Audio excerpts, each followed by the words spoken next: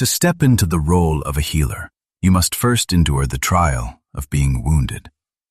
While countless individuals endure profound anguish throughout their lives, this alone does not grant them the capacity to cure others. Otherwise, nearly everyone would possess such abilities. True healing power is forged not merely by experiencing tragedy, but through the arduous process of conquering that very pain. We must embark upon the journey of our own psychological maturation to uncover the distinct, highly personal origins of our anguish. Consequently, when you search for the underlying reason behind your torment, you are ultimately searching for the fundamental purpose of your existence.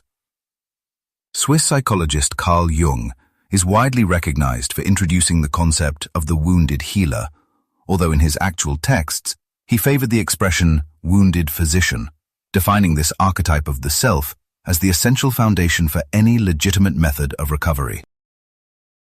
Jung never viewed himself as the ultimate source of his patients' recoveries, believing instead that true restoration must organically arise from within the individual's own psyche. This internal resolution is the very essence of what he termed individuation, requiring the afflicted person to discover the illumination concealed deep inside their own shadows. If we choose to remain trapped in a state of victimization, harboring bitterness toward our trauma, and constantly fleeing from the pain, we will find ourselves forever chained to it. This persistent, unredeemed agony represents neurotic suffering, which stands in stark contrast to the refined, authentic trials endured by those who transform their pain into a remedy. A deep laceration possesses the power to either utterly devastate you or forcefully awaken your consciousness. The Greek god Apollo embodies the paradox of the unwounded healer. He radiates a sun-like ability to cure any malady, yet simultaneously wields arrows that unleash devastating plagues and mortality. Apollo served as a mentor to Chiron, a centaur who defied the savage, inebriated nature of his half-human, half-horse brethren by cultivating profound wisdom, justice, and an immortal existence. Despite evolving into an exceptionally gifted physician capable of mending the afflictions of countless others, Chiron was tragically pierced by a venomous arrow, leaving him entirely powerless to mend his own affliction. Doomed to endure agonizing torment for eternity, it was precisely this inescapable, grievous laceration that cemented his legacy as ancient Greece's most legendary practitioner of medicine. The profound mystery of recovery lies squarely within the injury itself, as the affliction inherently conceals its own antidote. Achieving genuine health demands a complete, unflinching acceptance of the traumas we carry, a noble resignation magnificently illustrated by the tragic conclusion of Chiron's life. He willingly surrendered his immortality to spare Prometheus, who suffered divine retribution for granting humanity the gift of fire, a monumental act that bestowed consciousness upon us and liberated mortals from functioning as mindless instruments of the pantheon. While the burden of consciousness inflicts deep trauma, it simultaneously remains the most magnificent blessing bestowed upon our species. Observing Chiron endure the horrific penalties originally designated for Prometheus, Zeus was moved by profound compassion and elevated the noble centaur to the heavens, transforming him into the constellation Centaurus. In this celestial form, he perpetually symbolizes both our eternal, incurable laceration and our supreme, latent capacity to restore vitality to those around us. Christ presents a parallel biblical incarnation of this exact paradigm, though with a crucial distinction in agency. Whereas the centaur was a victim of circumstance who could not escape his fate, Christ voluntarily embraced his agony when he could have easily evaded it. Both figures are profoundly broken, yet both operate as supreme curers who ultimately ascend to the divine realm, standing apart from the pristine archetype of the healthy healer, like Apollo, or the unblemished versions of Chiron and Christ prior to their respective torments. By successfully uniting absolute wellness with profound distress, this archetype vividly embodies what St. Paul famously described as the thorn in his flesh. Highly venerated for his instructional prowess, Chiron passed his medical mastery down to Asclepius, who would eventually rise to become the preeminent Greek god of healing. Asclepius was born to a mortal woman named Coronis, who captured Apollo's heart but fatally betrayed him by engaging in an affair with a mortal man during her pregnancy. Unable to resurrect his unfaithful lover after she was executed for her transgressions, Apollo intervened as she burned on the funeral pyre, carving the infant from her womb to ensure the child survived death to one day cure humanity. Today, Asclepius is universally recognized by the rod of Asclepius, a staff entwined by a single serpent that endures as the definitive emblem of the medical profession. This sacred icon is frequently confused with the caduceus, the twin snake, often winged wand of the Greek deity Hermes, which actually represents commerce and trade. Ultimately, the devastation we suffer can either plunge us into a perpetual abyss of misery, or it can cultivate an incredible aptitude to navigate the darkness, seeking out the hidden sparks of light necessary to summon our own internal, sun-like Asclepius. Asclepius eventually achieved such extraordinary medical proficiency that he began resurrecting deceased mortals, leading to an overpopulation of the earth that prompted Hades, the god of the underworld, to formally protest to his brother Zeus. Enraged that a practitioner would dare to erase the fundamental boundary dividing mortal men from eternal deities, Zeus decided to brutally punish this transgression. He struck the miraculous physician down with a devastating thunderbolt, banishing him to Hades so that he might intimately understand the inescapable destiny of the humans he sought to save. Ultimately, Asclepius was miraculously resurrected and granted a permanent throne on Mount Olympus among the divine pantheon. By becoming the sole deity to personally endure the finality of death, he transformed into one of the most fervently adored and worshipped figures in all of Greek mythology. Throughout the ancient world, desperate crowds flocked to specialized sanctuaries called Asclepia to be purged of their physical and spiritual ailments, with the legendary complex in Epidaurus reigning as the most prestigious center of recovery in classical antiquity. Countless travelers journeyed to the sanctuary to undergo purifying dietary regimens, alongside ritual immersions believed to spiritually and physically rejuvenate them. The domains of wellness, purification, and sanitation fall under the purview of the goddess Hygeia, an offspring of Asclepius, from whom you get the modern term hygiene. Guiding these afflicted visitors were the therapeutae of Asclepius. Tracing its roots back to ancient Greek, the word therapeute initially denoted a divine servant, eventually evolving to describe someone who facilitates self-healing in others, an objective that perfectly mirrors the modern role of a therapist. Following several days of preparatory rituals, the attendant escorted the ailing individual into a sparse masonry cell equipped with a simple resting ledge, abandoning them to slumber, their subconscious visions, and the divine presence. Such an endeavor represents a theurgical practice, meaning it involves active collaboration with the divine, standing in stark contrast to theology, which merely discusses divinity. The overarching objective of this deliberate isolation was to facilitate a theophany, allowing you to experience an intimate, face-to-face communion with a god. Numerous nocturnal visions recount Asclepius manifesting, either as a man rubbing salves into diseased areas, or taking the theriomorphic shape of a canine or serpent that cures injuries by licking them. Throughout the sleeping quarters of the sanctuary, serpents roamed without restriction across the ground.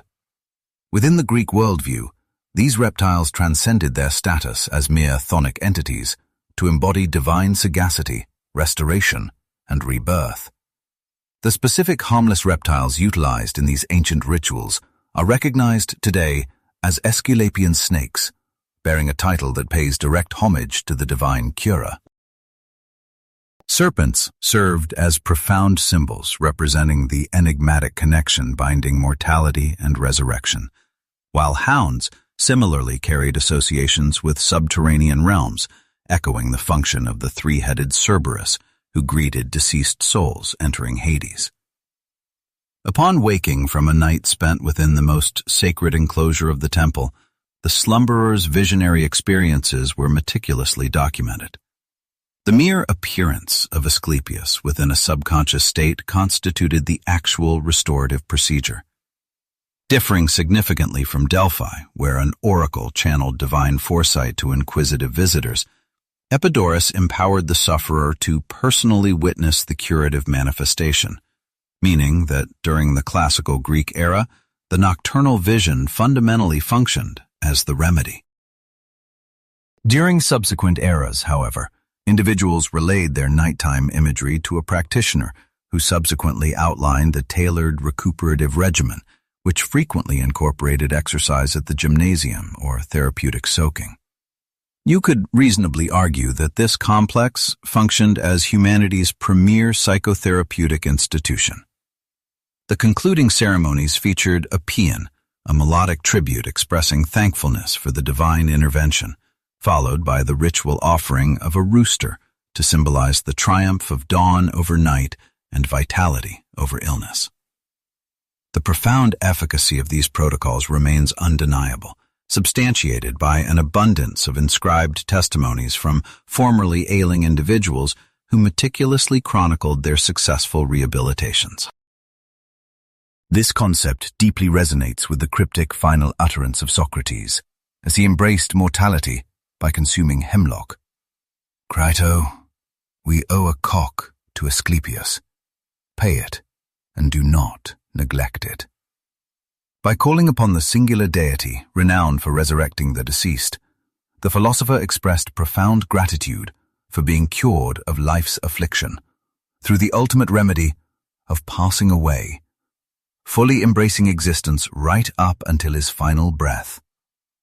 The restorative power of Asclepius grants a temporary reprieve to individuals unprepared to perish, allowing you the necessary duration to nurture your spiritual well-being and ready yourself for an inescapable destiny. Mortality serves as the ultimate equalizer. Rather than assuring eternal physical existence, the essence of this divine intervention is simply to afford you sufficient time to brace for your inevitable demise. Historical accounts describe a crown resting upon the immense sculpture of Asclepius, where a gilded wreath invariably signifies radiating beams and embodies a solar essence. This distinction, whether mythic or factual, illuminates the core identity of the Asclepiad, the genuine medical practitioner within the active worship of this deity. The unique clinical aptitude these healers received from their radiant forebear transcends mere theological or philosophical comprehension. Rather, it manifests as an innate, unteachable intimacy with affliction and the mechanics of recuperation. It exists as a flash of instinctive insight regarding the potential to emerge from profound despair, an ember that focused study, habit, and conditioning can ignite into a rigorous scientific discipline and a masterful curative craft. Disease and restoration do not exist as antagonistic forces, functioning instead as interwoven components of a profound underlying mechanism unveiled through their continuous interaction. This solar-themed cure metaphorically suggests that, much like a star's autonomous illumination, the fundamental origin of your recuperation ultimately resides internally. Friedrich Nietzsche actually argued that an organic passing warrants jubilation rather than sorrow, observing that individuals frequently perish either prematurely or long after their prime, making the concept of expiring at the perfect moment seem bizarre. The philosopher questioned how someone failing to live properly could ever hope to pass away correctly, suggesting that superficial individuals might have been better off never existing, while emphasizing that humanity has yet to elevate mortality to the status of a joyous celebration. He advocated for a triumphant, concluding demise that inspires those left behind, proposing that a truly fulfilled individual departs victoriously amidst hopeful companions, thereby teaching you that Passing away should be a celebratory event where the departing soul pledges devotion to those still breathing. Ancient Hellenic culture viewed the twilight years not merely as another chronological phase, but rather as a critical transitional bridge connecting existence to the afterlife. Jung categorized this period as the latter half of human existence, assigning it a psychological significance equal to that of being born. Refusing to acknowledge your impending demise merely breeds deeper neurotic tendencies because mortality remains inescapable, and battling this reality equates to waging a futile war against existence itself. Much like a youth must acquire the skills to navigate the world, an elder must reconcile with their inevitable departure. Achieving this requires cultivating a personalized mythology by intensely examining your internal landscape via nocturnal visions, active imagination, instinctual feelings, and synchronicities. As Jung astutely noted, the concept of passing away demands significant contemplation, holding particular relevance for anyone advancing in years. When you are confronted with the absolute certainty of mortality, you are compelled to find an answer to this unavoidable question. Pure rationality offers you nothing but the bleak vision of an approaching abyss, making the embrace of myth essential for navigating this descent. While reason leaves you empty, these ancient narratives can conjure profound, enriching visions of existence beyond the grave. Whether you choose to invest your faith in these archetypal images or reject them entirely, you remain in the same state of ultimate uncertainty as the steadfast non-believer. Yet, while the despairing individual marches grimly toward total oblivion, placing your trust in these enduring symbols allows you to follow the vibrant tracks of life straight through the gates of death, aligning yourself with your deepest instincts rather than fighting against them. Carl Jung founded his entire psychological framework upon the profound tension generated by opposing forces within the human psyche. It is precisely this internal friction that ultimately forges your sense of wholeness, carving a definitive pathway toward the self through the enantiodromic principle, the inevitable union of these conflicting elements. As you journey through existence, you naturally experience two distinct phases: an initial period driven by external ambitions, followed by a profound inward shift that typically emerges during the middle of your life. The ultimate goal of this progression is individuation, a complex process demanding that you successfully reconcile the demands of your external reality with the deep currents of your inner world. The authentic journey of individuation, your conscious effort to engage with your innermost psychic nucleus, or self, almost invariably commences with a severe emotional wounding and its ensuing suffering. This sudden psychological shock acts as a vital call to transformation, even though you might rarely recognize it as such amidst the immediate pain. You must actively learn from these deeply personal experiences of being broken, allowing them to cure you of what might be the most dangerous delusion of all. You have to abandon the childish fantasy of a life utterly devoid of trauma, releasing yourself from the illusion of a world without death. History and mythology constantly remind you that those who dedicate themselves to the path of healing, such as Chiron, Asclepius, and Christ, ultimately endure profound injuries or even sacrifice their lives. If you choose to step into the sacred role of the healer, it is an absolute certainty that you will eventually sustain devastating blows to your own spirit. Achieving true individuation is never an easy endeavor. It is an agonizing ordeal that mirrors the heavy burden of carrying your own cross toward an inevitable crucifixion. Ultimately, this very wound serves as your brutal initiation, forcing your fragmented psyche to answer the call to adventure and embark upon the archetypal hero's journey. The central triumph of any heroic narrative is the defeat of the monstrous forces of darkness, representing the crucial victory of your conscious mind over the chaotic depths of the unconscious. When you successfully vanquish this internal beast, you uncover the ultimate prize. Whether symbolized as a rescued princess or an elixir of life, which embodies the realization of your authentic emotions and unique potential. As Jung observed, true heroism belongs exclusively to the individual who confronts the dragon and emerges victorious, rather than the one who avoids the beast or denies its existence entirely.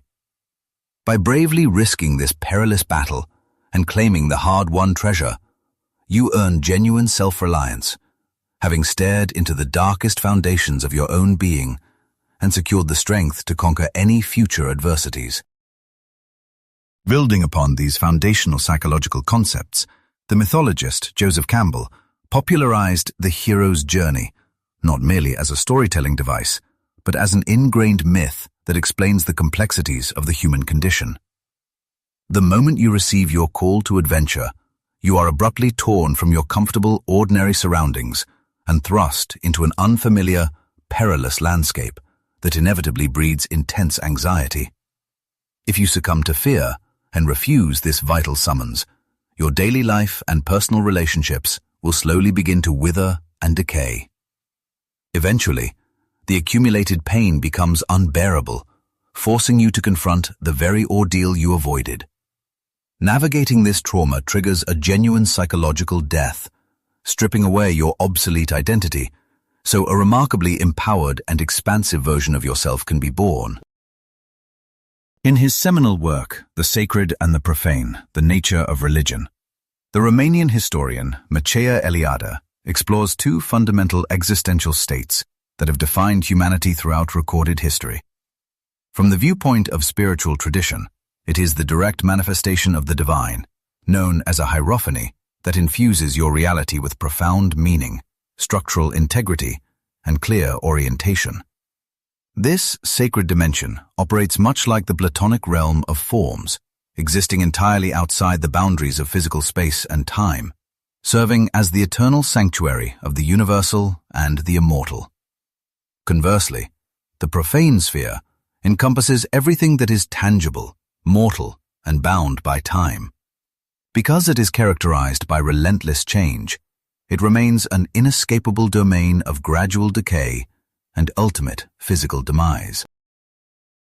Eliade employs the specific term archetype, distinct from Jung's psychological definition, to describe these divine blueprints, which you can access and embody through conscious repetition, deliberate imitation, and active participation. Engaging in religious behavior allows you not simply to commemorate, but to actively participate in the primordial, sacred events that defined the existence of our ancestors, who understood that without this divine connection, human life amounts to nothing more than dust and ashes. Yet, encountering this immense power also instills a profound sense of terror before its overwhelming majesty, known as the Mysterium Tremendum, alongside a mesmerizing awe toward the Mysterium Fascinans, where the ultimate fullness of existence blossoms. These intense, numinous experiences are entirely provoked by the sudden, shattering revelation of a reality far greater than your own. No matter how thoroughly you may attempt to strip the modern world of its spiritual significance and embrace a purely secular lifestyle, you can never completely eradicate the underlying patterns of your inherent religious behavior. Your participation in annual celebrations and communal rituals vividly illustrates what Eliade identifies as the eternal return, a powerful mechanism that allows you to reconnect instantly with the mythical age of creation. This deep-seated urge remains intensely alive within your emotional core, constantly waiting to be reactualized in the most profound depths of your being. By treating each passing year as a deliberate repetition of these original sacred events, you continuously step back into the divine realm of origins, realizing that time is not a straightforward, linear progression, but an infinitely repeating circle. The relentless progression of linear time, coupled with the apparent meaninglessness of historical events, often termed the terror of history, fuels much of the anxiety that plagues you in the modern world. The historian of religion, Mircea Eliade, frames various ailments, intense dreams, and ecstatic states as forms of shamanic initiation, a profound trial that concludes only when you successfully transubstantiate everyday, profane experiences into something deeply sacred. He emphasizes that rather than representing a psychological pathology, shamanism embodies a profound temporal crisis that universally reflects your shared human condition. During these ancient rites of passage, the novice typically endures a severe physical or mental affliction, an ordeal that persists until they engage in specific, repetitive rituals like rhythmic drumming and vocal chanting to achieve their own recovery. Following this intense self-restoration, society elevates them to the status of a shaman, entrusting them with the crucial responsibility of curing others within their community. As observers have noted, this traditional medicine figure is defined not merely by their suffering, but primarily by their remarkable ability to conquer that sickness and emerge wholly revitalized. Testimonies detailing the spiritual guide's internal voyage through chaos and agony, frequently manifested during profound ecstatic trances, expose revered manifestations of a fully conscious mind, dynamic symbols that capture the vast spectrum of mortal existence. By transforming this suffering into creative output, the foundational struggles of humanity are dignified, woven into myth, and ultimately made comprehensible to the broader culture. This ancient path of the mystic parallels the dawn of human awareness itself, existing millennia before the emergence of the first documented societies. A universal pattern appears to link these spiritual practitioners across the globe, characterized by a sudden realization of alternate dimensions, profound rapture, and access to hallucinatory domains. Accessing this transcendent sphere demands a complete dismantling of the ordinary self, thrusting the individual into a severe crisis marked by both emotional and spiritual annihilation. Striking parallels exist between these primordial ceremonies of ego death and the modern transformational journeys individuals undertake during clinical psychological treatment. Frequently, people are drawn to therapeutic careers driven by an underlying desire to confront their own deep-seated traumas, such as a chaotic upbringing, past maltreatment, or persistent feelings of inadequacy, seeking both personal restoration and the capacity to facilitate recovery in others. From a psychological standpoint, you continuously utilize mechanisms of compensation to navigate your daily existence. For instance, if you are secretly battling profound insecurity, you might project a highly convincing facade of absolute self-assurance to the outside world. Similarly, if you secretly doubt your own intelligence, you might dedicate endless hours to voracious reading and intellectual accumulation, eagerly displaying your newfound expertise at every given chance.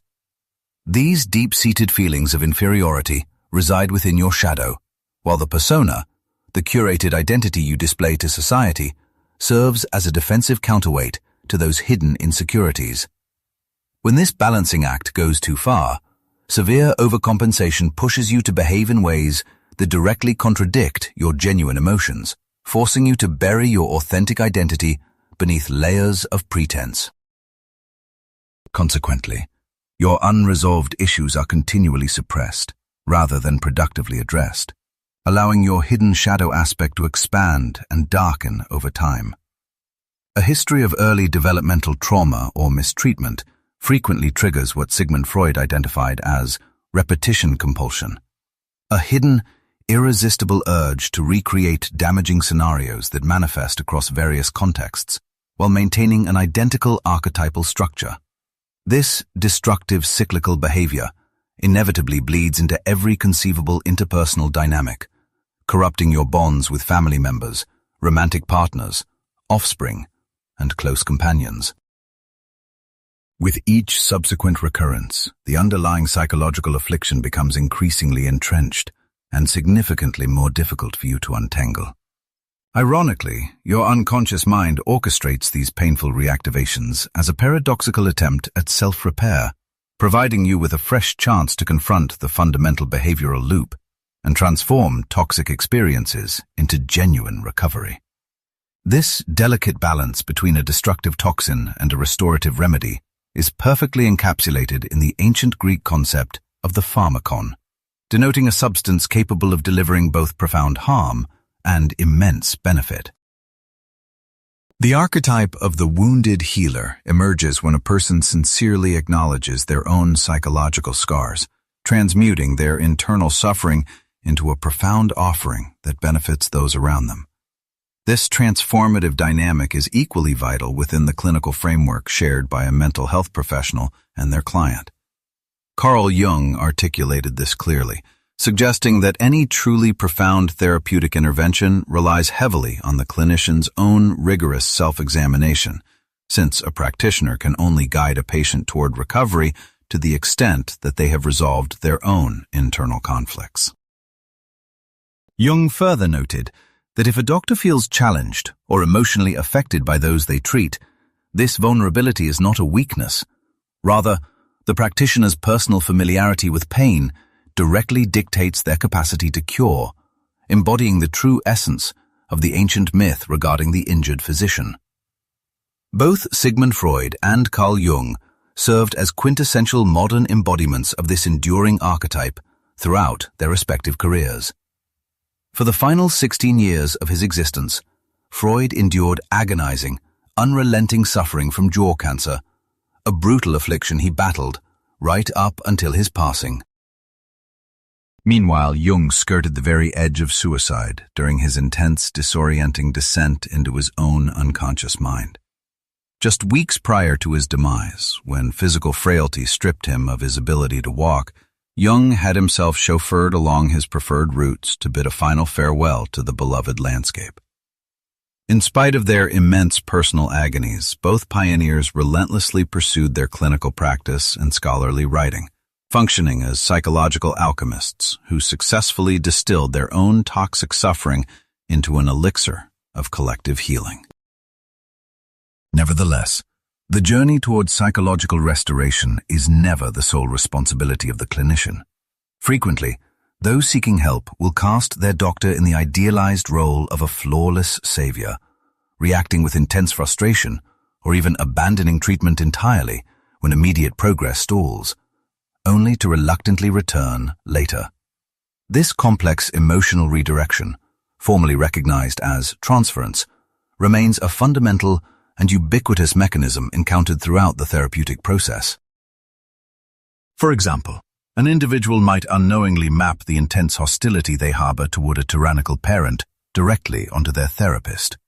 This dynamic requires the clinician to remain exceptionally vigilant against falling into countertransference, a psychological trap where the client inadvertently triggers the professional's own unresolved personal histories. It is absolutely imperative that the psychological guide maintains strict boundaries, ensuring they do not inadvertently dump their own unhealed emotional baggage onto a person who is already deeply vulnerable. To prevent this, practitioners must meticulously chart their own psychological injuries, cultivating the ability to clearly articulate their past traumas, the profound fragility they endured, and the specific coping mechanisms they utilized to survive. When understood and integrated, your deepest personal lacerations can actually transform into a powerful reservoir of recovery for someone else. As the timeless adage asserts, a clinician truly succeeds only when they allow themselves to be moved. The wounded physician alone possesses the power to cure, willingly absorbing the patient's anguish and standing in shared suffering alongside them. There is a profoundly restorative power in shared suffering, echoing the mysterious way Christ's agony brings restoration to humanity through his wounds. Through extensive clinical practice, Jung discovered that true therapeutic success demands a practitioner who allows themselves to be genuinely moved by the individuals they treat, as a guide can never lead someone into psychological territories they have not personally explored. This dynamic transcends mere empathy. It requires a profound, lived understanding, a gnosis regarding the immense significance of soul work. Eventually, the individual seeking help must recognize that their ultimate capacity for recovery lies entirely within their own being. While the therapist serves as a psychopomp, offering vital spiritual direction and companionship during the dark journey, they cannot fight the battle for you. Gathering allies is undeniably advantageous when confronting the monstrous dragons of your personal fears, repressed traumas, and overwhelming hardships. Yet you alone must strike the decisive, conquering blow against those inner beasts. Emphasizing the necessary equality of this relationship, Jung articulated that the most essential element is encountering the person seeking help on a strictly human-to-human level. He viewed analysis as a collaborative dialogue, requiring the active participation of two equal partners engaged in a mutual exchange. As the practitioner and the individual sit across from each other, maintaining direct eye contact, it becomes clear that both parties possess vital insights and necessary truths to contribute to the conversation.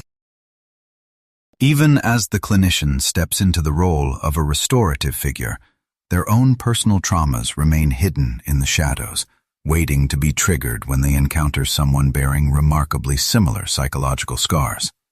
Conversely, the hidden shadow aspect residing within the afflicted individual actually embodies their innate internal physician. Consequently, the unspoken, unconscious bond that forms between the practitioner and the person undergoing analysis plays just as critical a role in facilitating recovery as any words spoken aloud.